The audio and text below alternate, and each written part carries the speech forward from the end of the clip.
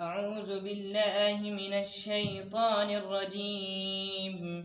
بسم الله الرحمن الرحيم. كتب عليكم إذا حضر أحدكم الموت إن ترك خيرا الوصية للوالدين والأقربين بالمعروف حقا على المتقين.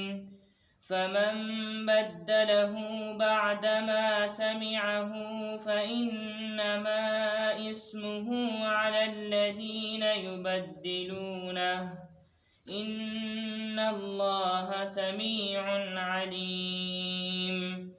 فمن خاف من موص جنفا أو إثما فأصلح بينهم فلا إثم عليه إن الله غفور رحيم. صدق الله العظيم. الحمد لله رب العالمين والصلاة والسلام على سيد المرسلين وعلى آله وأصحابه الغر الميامين. أعوذ بالله من الشيطان الرجيم. بسم الله الرحمن الرحيم. كتب عليكم إذا حضر أحدكم الموت إن ترك خيرا الوصية للوالدين والأقربين بالمعروف حقا على المتقين. یہ آیات حضرت رسول پاک صلی اللہ علیہ وسلم پر مدینہ منورہ کے ابتدائی زمانے میں نازل ہوئی ہیں. جس طرح سے دور جاہلیت میں انسان کی جان بے قیمت تھی اور اس کی جان کے تحفظ کا کوئی قانون نہیں تھا، اور جو کچھ قوانین تھے وہ پامال کیے جا چکے تھے، افراط و تفرید کا شکار تھے. اس دور جاہلیت میں اللہ رب العزت نے حضرت محمد رسول اللہ صلی اللہ علیہ وسلم کے ذریعے سے انسانوں کو ایک مہذب، معتدل، منصفانہ قانون انسانوں کی جان کے تحفظ کے لیے قصاص کے نام سے دیا. جس طرح سے انسانوں کی جان غیر محفوظ تھی، ان کا مال بھی اسی طرح سے غیر محفوظ تھا. مال کے سلسلے میں وہ بے لگام تھے، جس کا جہاں بس چلتا تھا وہ مال ہڑپ کر لیا کرتا تھا، اور خاص طور سے میت کے مال کو وہ ہڑپ کر لیا کرتے تھے. جو طاقتور ہوتا تھا وہی پورے مال کے اوپر قابض ہو جاتا تھا. قرآن مجید نے اس کا تذکرہ کیا ہے وَتَأْكُلُونَ التُّرَاثَ أَكْلًا لَمًّا. تم میراث کے مال کو سمیٹ کر، جمع کر کر کھا جاتے ہو. اور قرآن مجید میں اور بھی مقامات پر دور جاہلیت کی منظر کشی کی گئی ہے. یتیموں کے سلسلے میں قرآن مجید نے ذکر کیا إِنَّ الَّذِينَ يَأْكُلُونَ أَمْوَالَ الْيَتَامَى ظُلْمًا إِنَّمَا يَأْكُلُونَ فِي بُطُونِهِمْ نَارًا وَسَيَصْلَوْنَ سَعِيرًا. معلوم ہوا یتیموں کا مال لوگ ہڑپ لیا کرتے تھے. جہاں جس کو کمزور پایا وہاں مال اس کا ہڑپ لیا گیا. اور یہی نہیں، مال نہیں بلکہ لوگ اپنی ماں کو بھی ہڑپ لیا کرتے تھے، اپنی چچا زاد بہنوں کو ہڑپ لیا کرتے تھے. قرآن مجید نے اس کا بھی ذکر کیا ہے یا ایھا الذین آمنوا لا یحل لکم ان ترثوا النساء کرہا. یہ سب کچھ ہو رہا تھا. جہاں میراث کے مسائل بیان کیے گئے ہیں اس میں واقعتاً جس قوت کے ساتھ قرآن مجید نے ان پر عمل کرنے کی تلقین کی ہے، اس سے بھی معلوم ہوتا ہے کہ معاشرے کے اندر بڑی مال کے سلسلے میں بڑی افراتفری تھی. وَتِلْكَ حُدُودُ اللَّهِ، بار بار کہا کہ اللہ کے حدود ہیں، میراث کے حصے اللہ کے حدود ہیں، ان کو پامال نہ کرنا.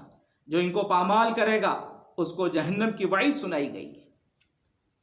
یہاں یہ آیات حضرت رسول پاک صلی اللہ علیہ وسلم پر مدینہ منورہ کے اس ابتدائی دور میں جب کہ معلوم ہوا کہ بوڑھے والدین کو کوئی حق نہیں دیا جاتا تھا، جو قریبی رشتہ دار تھے ان کا حق دبا لیا جاتا تھا، چھین لیا جاتا تھا. قرآن مجید نے ان کو حق دلایا، مرنے والے کو حکم دیا کہ تم اپنے آخری وقت میں وصیت کر جاؤ کہ تمہارے بوڑھے والدین کو تمہارے مال میں سے حصہ دیا جائے، تمہارے قریبی رشتہ داروں کو حق دیا جائے، یہ وصیت کی گئی۔ پھر اس کے بعد جب میراث کی آیتیں آ گئیں تو یہ جو حکم تھا وہ منسوخ ہو گیا ہے، اور حضرت شاہ ولی اللہ دہلوی رحمۃ اللہ علیہ نے اپنی کتاب الفوز الکبیر میں جہاں ناسخ اور منسوخ آیات کا بیان کیا ہے اور 5 آیتوں کو منسوخ انہوں نے گردانا ہے، ان میں سے سب سے پہلی یہی آیت کریمہ ہے۔ یہ آیت کریمہ اب منسوخ ہو چکی ہے، اب اس وصیت کرنے کا حکم اب نہیں رہا، اس لیے کہ شریعت نے والدین کا حصہ متعین کر دیا ہے، اور جو قریبی رشتہ دار ہیں ان کا حصہ بھی متعین کر دیا گیا ہے۔ بہرحال یہ جو ابتدائی حکم تھا وہ اس قوت کے ساتھ دیا گیا تاکہ والدین کو ان کا حق ملے۔ اس لیے علماء نے کہا کہ اب جن کے حقوق اور جن کے حصے متعین ہو چکے ہیں اب ان کو میراث میں حق نہیں ملے گا، اور حضرت رسول پاک صلی اللہ علیہ وسلم کی حدیث بھی ہے، لا وصیت لوارث، وارث کے لیے وصیت نہیں ہے۔ ہاں جن کا حق میراث میں نہ ہو ان کے سلسلے میں وصیت کرنا یہ مستحب ہے، اچھی بات ہے، کی جا سکتی ہے، اس کی گنجائش ہے۔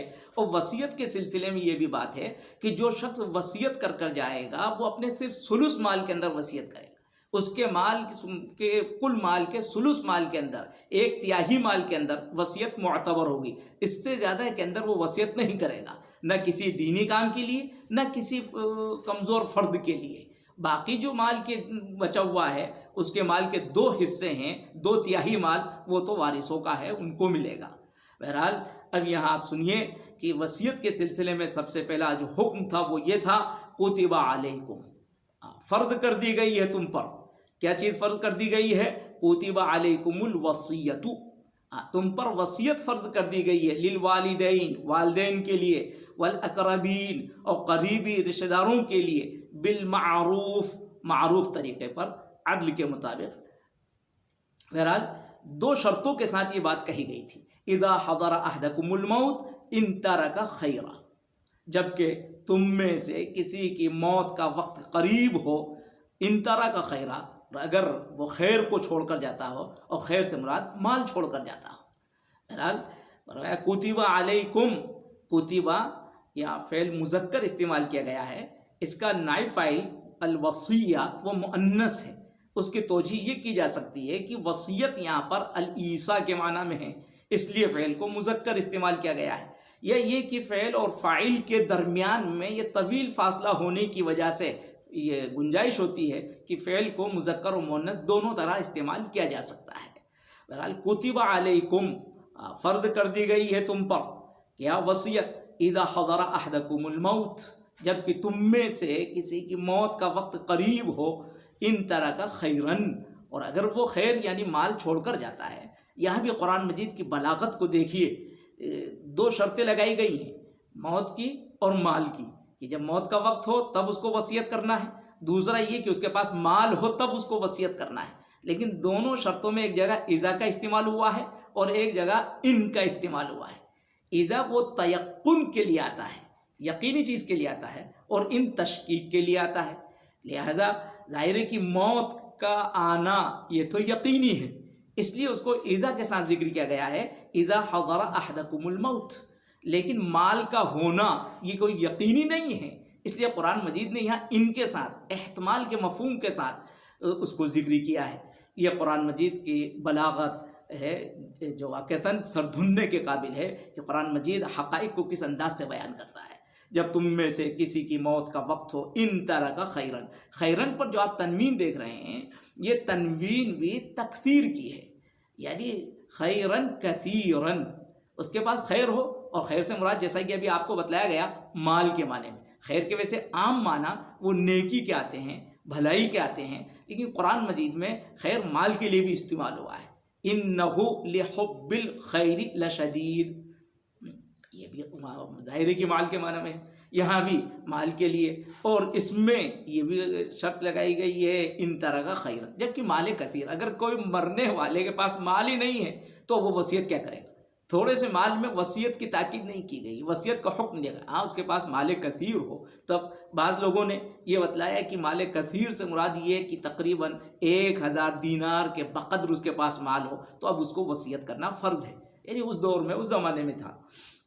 ان ترک خیرا الوصیۃ للوالدین والاقربین بالمعروف، معروف کہا گیا ہے۔ معروف کا مطلب یہ ہے کہ وہ جو وصیت کی جائے گی وہ وصیت معروف طریقے سے ہونا چاہیے، ایسا نہ ہو کہ کل مال کی وصیت کر جائے اب دیگر ورثہ کو کچھ نہ ملے۔ معروف کا مطلب یہ ہوا کہ وہ وصیت عدل کے مطابق ہونا چاہیے، اور عدل کا تقاضا یہ ہے کہ ثلث مال میں ہونا چاہیے، اسی طرح سے وہ عقل کے مطابق ہونا چاہیے۔ معاشرے اور سماج میں جو رواج ہوتا ہے کہ صالح معاشرے کے اندر، صالح سماج کے اندر جو رواج ہو اس کے مطابق وہ وصیت کرے۔ حقاً علی المتقین، اور اس وقت اتنی قوت سے یہ بات کہی گئی، حقاً یہ ضروری ہے، علی المتقین، متقیوں پر، ڈرنے والوں پر، اور متقی سے مراد یعنی اہل ایمان پر۔ فمن بدلہ بعد ما سمعہ فانما اثمہ علی الذین یبدلونہ ان اللہ سمیع علیم۔ اور اب آگے جو بات کہی جا رہی ہے وہ بہت اہم ہے، اور وہ اس طور پر کہ ظاہر ہے کہ وصیت کرنے والے نے تو وصیت کر دی ہے، لیکن وصیت کی تنفیذ جو ہوگی وہ تو گواہوں کے بیان کے مطابق ہوگی۔ اس کو جس نے وصیت کی ہے اس کو خود پتہ نہیں کہ اب میرے مال کی وصیت کس طرح سے نافذ کی جائے گی، جن کے حق میں وصیت کی گئی ان کو خود پتہ نہیں کہ ہمارے حق میں کتنی وصیت کی گئی ہے، لہذا گواہ جو بتلائیں گے اسی کے مطابق عدالت سے، حاکم کے پاس سے ویسا ہی فیصلہ ہوگا۔ اب گواہوں کو متنبہ کیا جا رہا ہے کہ جب آپ اس سلسلے میں گواہ ہیں تو آپ کو شہادت میں، گواہی میں کسی طرح کی کوئی کوتاہی نہیں کرنا ہے، ہیرا پھیری نہیں ہونا چاہیے۔ اگر کوئی ہیرا پھیری کی گئی تو پورا وبال تمہارے اوپر ہوگا، پورا گناہ تمہارے اوپر ہوگا۔ وصیت کرنے والے کو کوئی گناہ نہیں ہوگا، جن کے حق میں وصیت کی گئی ہے ان کو اگر کچھ زیادہ یا کم ملتا ہے تو ان پر کوئی گناہ نہیں ہوگا۔ حاکم نے گواہی سننے کے بعد کوئی فیصلہ کیا تو حاکم کے اوپر کوئی گناہ نہیں ہوگا۔ پورا دار و مدار اب تمہاری گواہی پر ہے، تمہیں گواہی بہت ہوش مندی کے ساتھ دینا ہے، اور اس میں کسی طرح کی تبدیلی نہیں کرنا ہے۔ قربان جائیے خدا کے اس قانون پر کہ مال کا تحفظ کس طرح سے کیا گیا۔ ایک طرف وصی کو تاکید کی گئی کہ وہ وصیت کرے، دوسری طرف گواہوں کو بھی متنبہ کر دیا گیا ہے کہ وہ گواہی میں کسی طرح کی کوتاہی نہ کریں۔ فمن بدلہ، تو جس نے اس کو بدل دیا، بدلہ میں ہو کی ضمیر وہ وصیت کی طرف، بعد ما سمعہ، جبکہ انہوں نے اس کو سنا، یعنی اس وصیت کو سنا اور سننے کے بعد اگر بدل دیا، فإنما اثمہ علی الذین یبدلونہ، تو اس کا گناہ کس کا؟ اثمہ، ہو کی ضمیر تبدیل کی طرف، فاسم التبدیل، تو وہ تبدیلی کا گناہ انہی لوگوں پر ہوگا جو اس کو تبدیل کریں گے، یعنی گواہوں کے سر جائے گا۔ اور پھر آگے تاکید کر دی گئی ہے، یاد رکھو ان اللہ سمیع علیم۔ بسا اوقات انسان یہ سمجھتا ہے، خیال ہی کرتا ہے کہ گواہی تو ہم نے سنی، بات تو ہم جانتے ہیں، ہمارے علاوہ کون سننے والا تھا اور کون جاننے والا تھا۔ اس موقع سے یاد دلایا کہ اس مجمع میں کوئی اس کو سننے والا ہو یا نہ ہو، کوئی جاننے والا ہو یا نہ ہو، لیکن ان اللہ سمیع علیم، بے شک اللہ سننے والا اور جاننے والا ہے، اللہ کے علم میں ہر چیز ہے، یعنی اللہ کے یہاں محاسبہ ہوگا، اس کی گرفت سے تم بچ نہیں سکتے۔ فمن خاف من موص جنفا او اثما فاصلح بینکم فلا اثم علیہ ان اللہ غفور رحیم۔ اب آگے یہ ہے قرآن مجید کا اعتدال۔ گواہوں کو تبدیلی کا حق نہیں دیا گیا، لیکن ہاں اگر کسی حقدار کا حق مر رہا ہو، اس کا حق تلف ہو رہا ہو، تو اس صورت میں گواہوں کو یہ اختیار دیا گیا ہے کہ وہ اس کو درست کروا سکتے ہیں۔ وارثین کے درمیان میں مصالحت کرنے کی وجہ سے، مفاہمت کرنے کے لیے اگر ان کو کوئی پیش قدمی کرنا پڑے اور اس سلسلے میں کوئی تبدیلی کی رائے دینا پڑے تو وہ رائے دے سکتے ہیں، تبدیلی کے لیے کچھ اقدام کرنا پڑے تو وہ اقدام کر سکتے ہیں، اس کی گنجائش رکھی گئی ہے۔ کتنا معتدل شریعت کا قانون ہے۔ فمن خاف من موص، خافا عربی میں دو معنی کے لیے آتا ہے، ایک توقع کے معنی میں آتا ہے، ایک علمہ کے معنی میں آتا ہے۔ توقع کا مطلب وہ اندیشے اور ڈر کے مفہوم میں بھی آتا ہے اور جاننے کے معنی میں بھی آتا ہے۔ یہاں خافا جاننے کے معنی میں ہے۔ فمن خاف من موص، جس کو یہ علم ہو گیا ہو کہ کسی موصی یعنی وصیت کرنے والے کی طرف سے کس چیز کا علم ہو گیا ہو، جنفن او اثمن، جنف کا علم ہو گیا ہو او اسم کا علم ہو گیا ہو۔ جنف، جنیفہ یجنف، جنفن کے معنی عربی میں آتے ہیں مالا کے معنی میں، مائل ہونے کا، یعنی کسی کی طرفداری کا ان کو علم ہو گیا ہو۔ اور جنیفہ کے معنی جارہ کے بھی آتے ہیں، ظلم کے معنی میں بھی آتا ہے، یعنی کسی کے ساتھ تعدی اور ظلم کا ان کو علم ہو گیا ہو، او اثمن، یا کوئی گناہ کا علم ہو گیا ہو۔ بعض لوگوں نے یہ کہا جنف کہتے ہیں اس غلطی کو جو سہون ہو، چوک سے جو غلطی ہو جائے اس کو جنف کہا جاتا ہے، اور اسم کہتے ہیں اس غلطی کو جو قصدن ہوتی ہے۔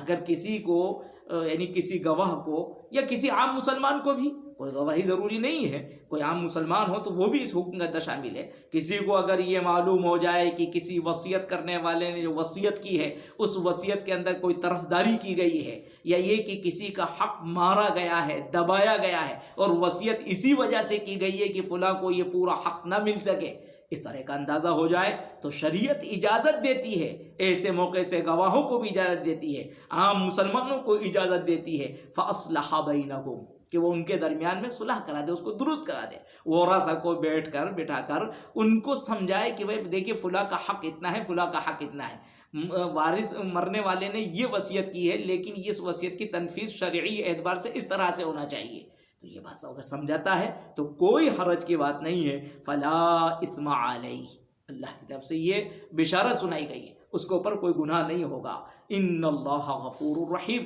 اور اگر اب اس مصالحت اور مفاہمت کے درمیان میں اگر اس کی طرف سے بتقاضۂ بشر کوئی چوک ہو گئی تو اللہ کی طرف سے یہ مژدہ بھی سنا دیا گیا ہے، بے شک اللہ غفور ہے، بخشنے والا ہے، رحم فرمانے والا ہے۔ بہرحال ان آیات کے اندر مال کے تحفظ کا ایک بنیادی قانون یہاں بتلایا گیا، اور اس معاشرے میں جو افراتفری تھی اس کا ازالہ کیا گیا۔